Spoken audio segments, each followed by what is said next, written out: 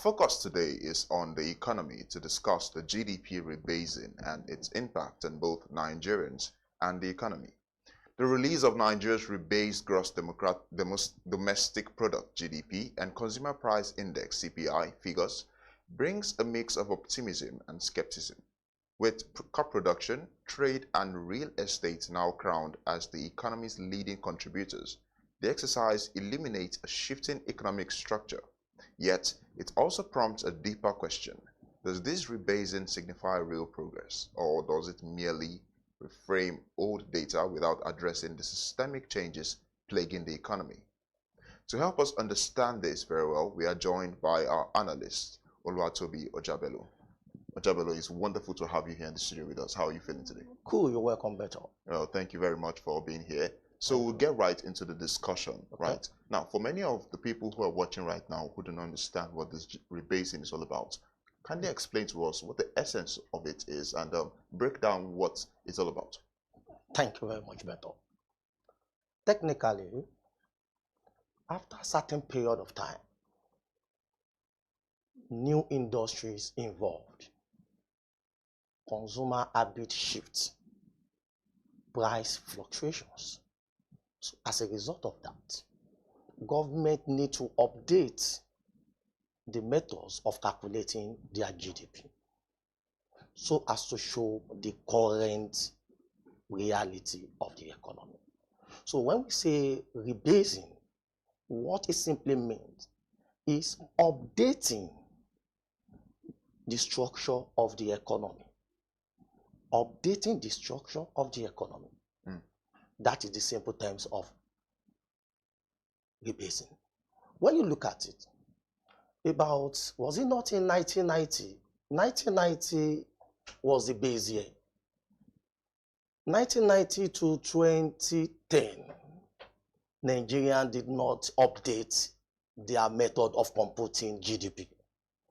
We still compute GDP using 1990 items. Why things has evolved beyond 1990. In 2014, that was the era of the former president, Jonathan Ebele. Yes. So they came up with rebasing. Why? Because it was long overdue. So the base year was shifted from that 1990 to 2010 in 2014. The GDP report shows that Nigeria is the largest economy in Africa after the rebase to 2010 from 2019. Initially, Nigeria GDP then was around 270 billion US dollars.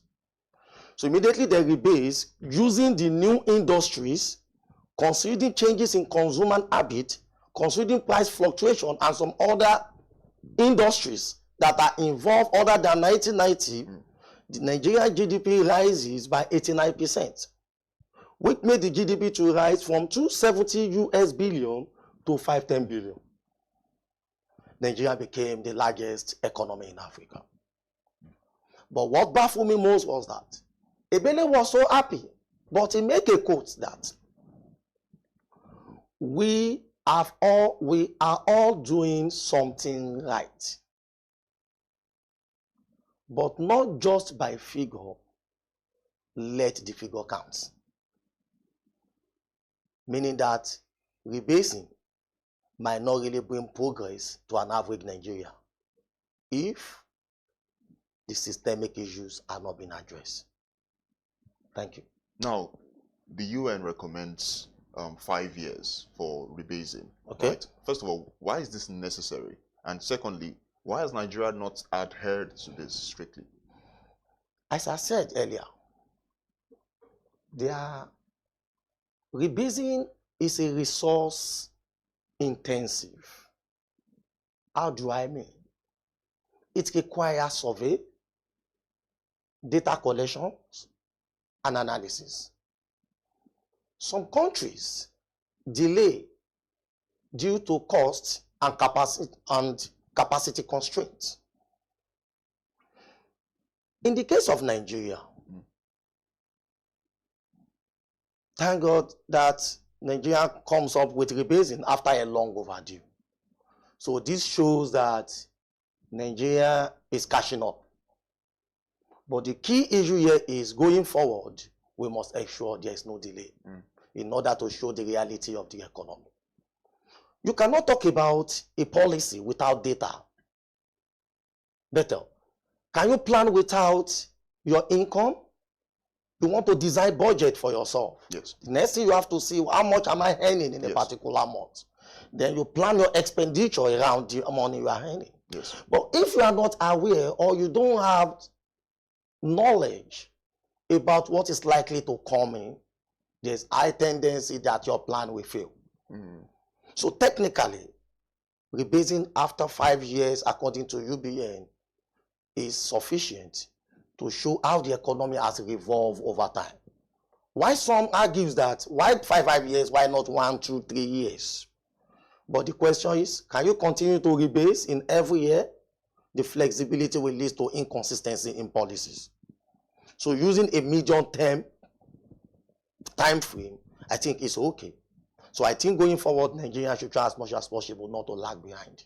Now, this rebasing has pushed some economic activities that we're very used to, like oil and gas, out of the top position, right? And trade, real estate is now third.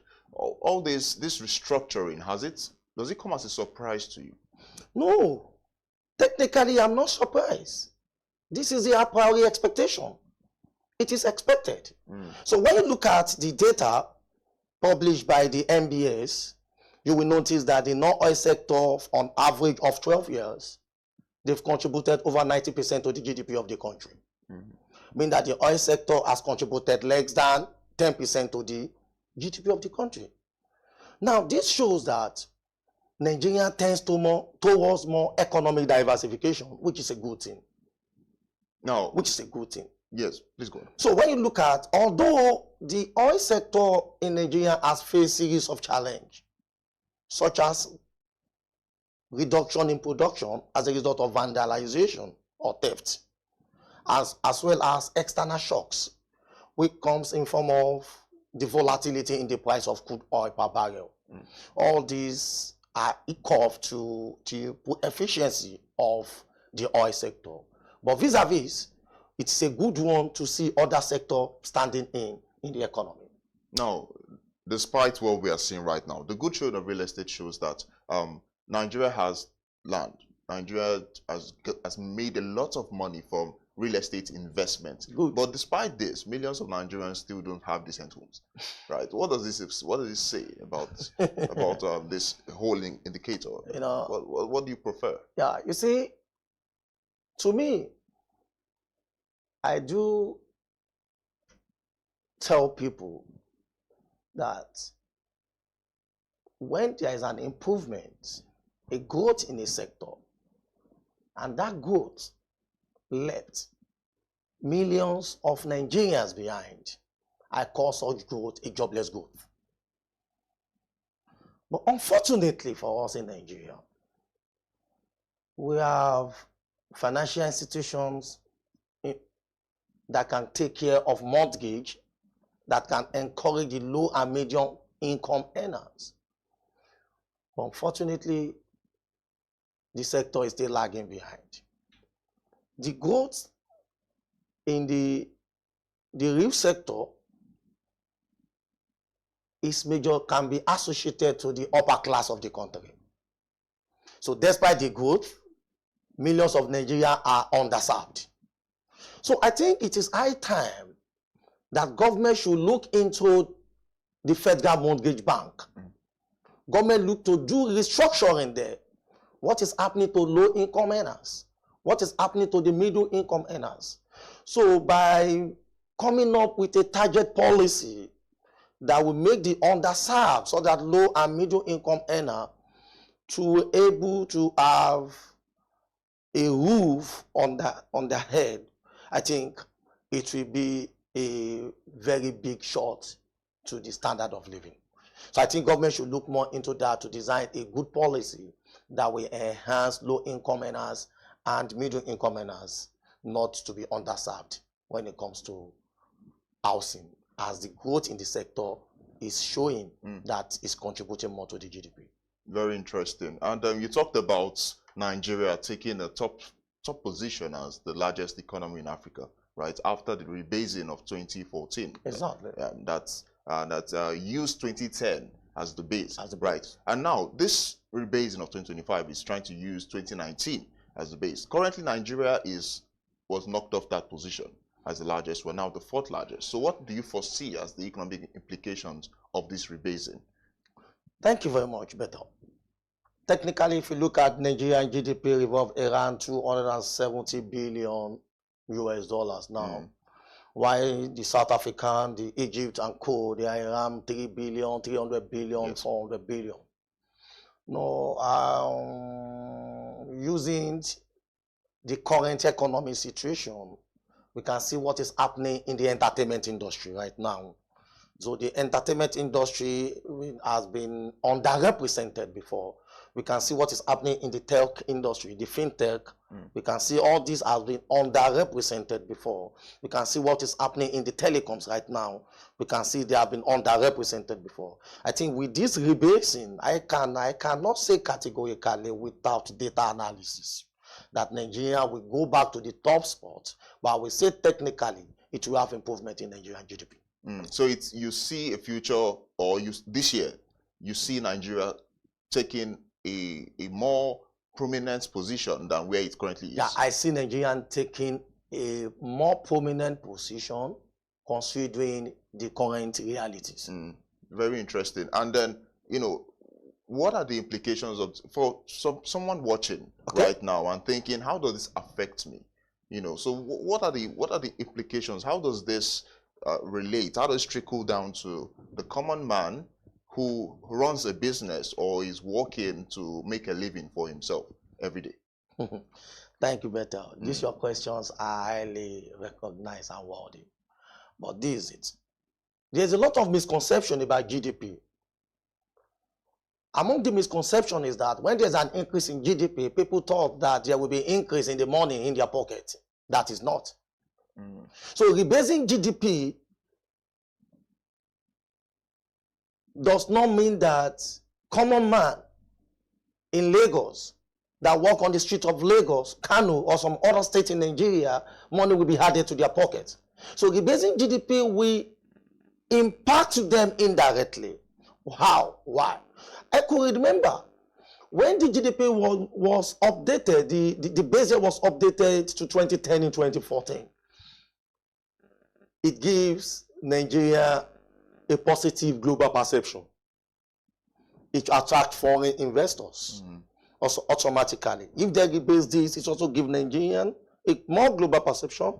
It will attract foreign investors. When it attracts foreign investors, it will create employment opportunities. So when it creates employment opportunities, people are able to get job and earnings from there, they can use to take care of their standard of living. Other things being equal. Now, looking at this, the new GDP structure, do you recommend that other economic policies should also be adjusted to fit what's going on? Look at taxation, look at subsidies, and also sectoral support. Yeah. You see, GDP is talking about the overall. Yes. GDP cannot function on its own. It has its own component that drives GDP. They are determinants of GDP. So technically, if we are talking about rebasing, what are the other policies that need to be implemented in such a way that that positive impact of that figure will count? It is not about figure. The figure might be there, but it might not count. Yes.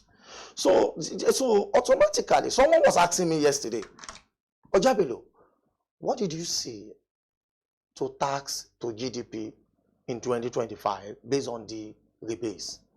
So what is your thought? I told him that technically there will be status quo. Why? Because it will not have immediate effect on tax to GDP, but over a period of time, the tax to GDP of Nigeria, which is among the least in developing nation, will rise. And once it rises, it means revenue increases. Then the debt issues we are facing in Nigeria naturally the revenue part will be used to tackle the debt servicing as well as the rate debt. So does it make our debt appear less or more sustainable? Yes, as I've said, when you look at the time frame given, the time frame, yes, according to United Nations, for changing the base year, which is 5 years. Yes.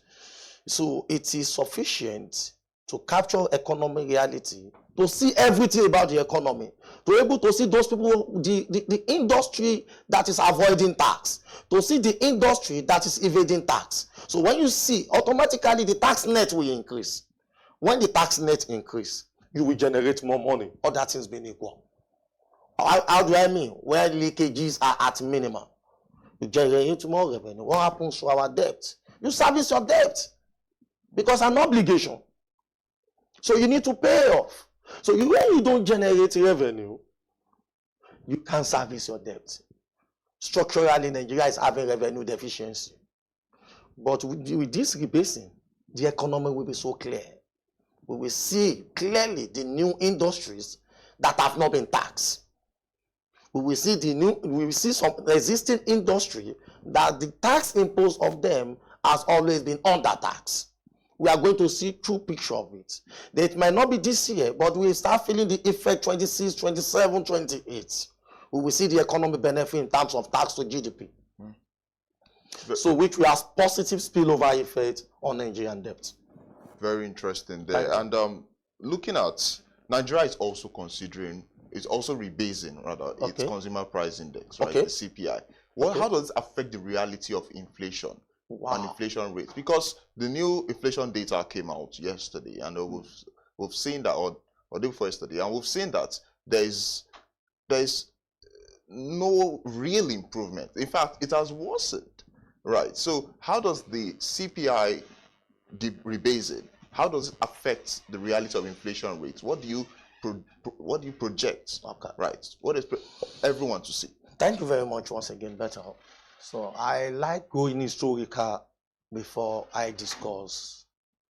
Let me take you back to 1985. In 1985, you know, when GDP was rebased in 1990, using 1990 as a base year, CPI was, the base year for CPI was 1985. After that, they rebased it to 2003. From 2003 to 2009. Now, we are projecting 2024. What happened during those periods? When they rebase CPI, what happens to average common man? What happens to inflation? Now, what is the meaning of CPI to a layman? Rebasing CPI. It's just the list of items, updating the list of items that we use to calculate price increment.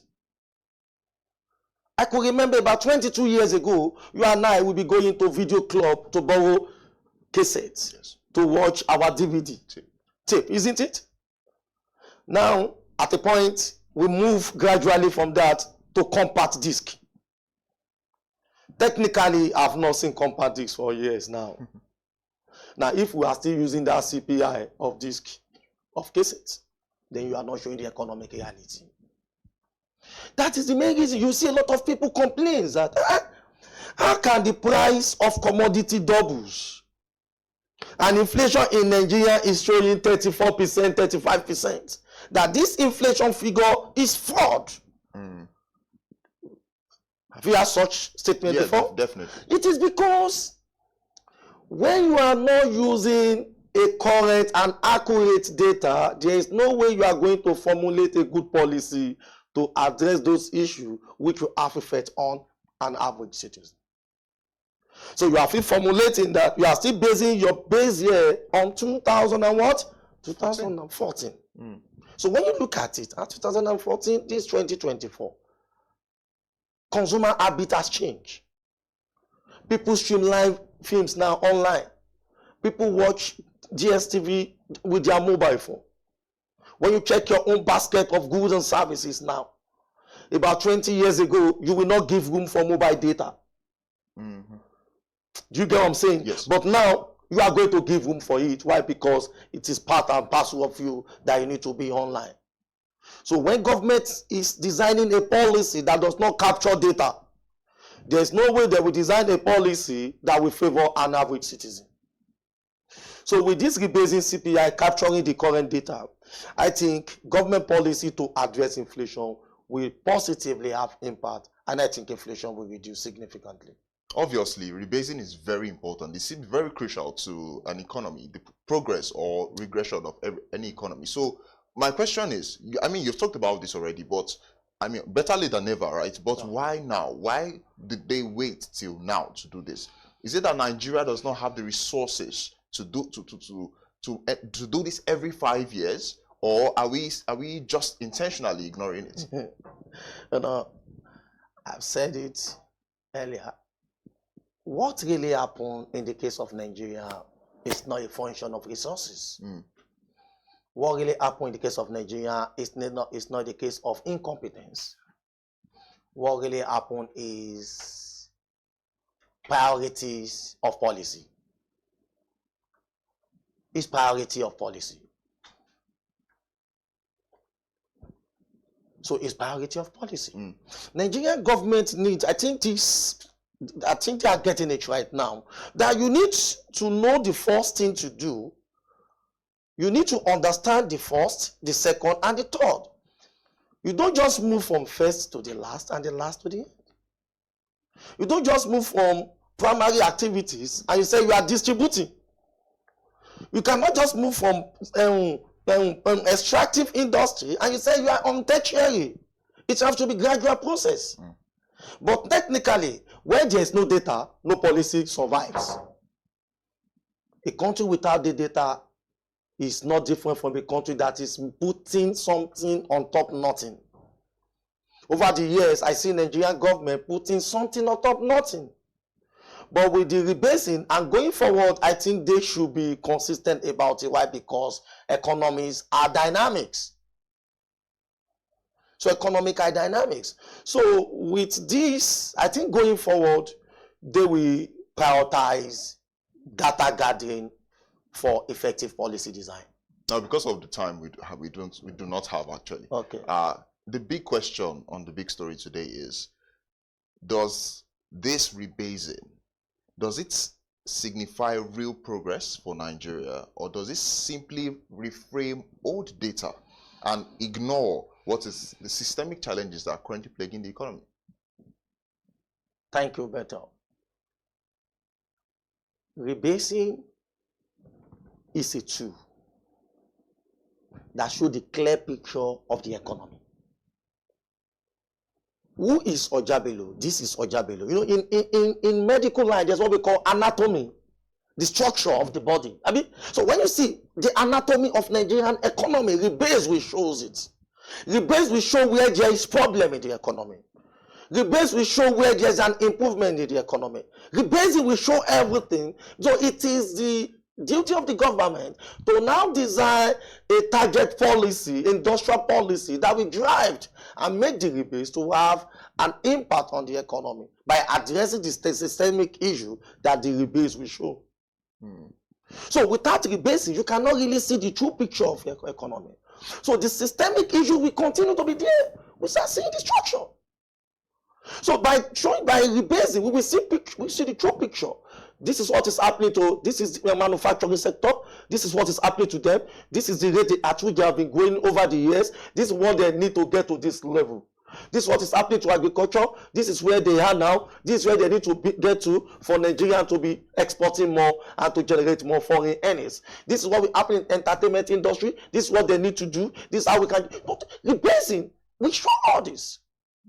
So with this being shown, the systemic issue will also be identified. The government can look to design a policy to address the systemic issue for the rebasing to be progressive. Unlike what happened in 2014 when the rebase was changed from 1990 to 2010. But Jonathan was not happy. He said, although we are all doing something right, but not just by number, the numbers should count.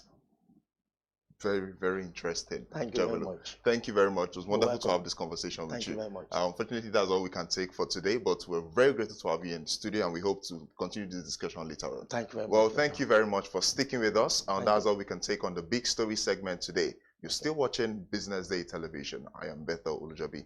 Don't go away.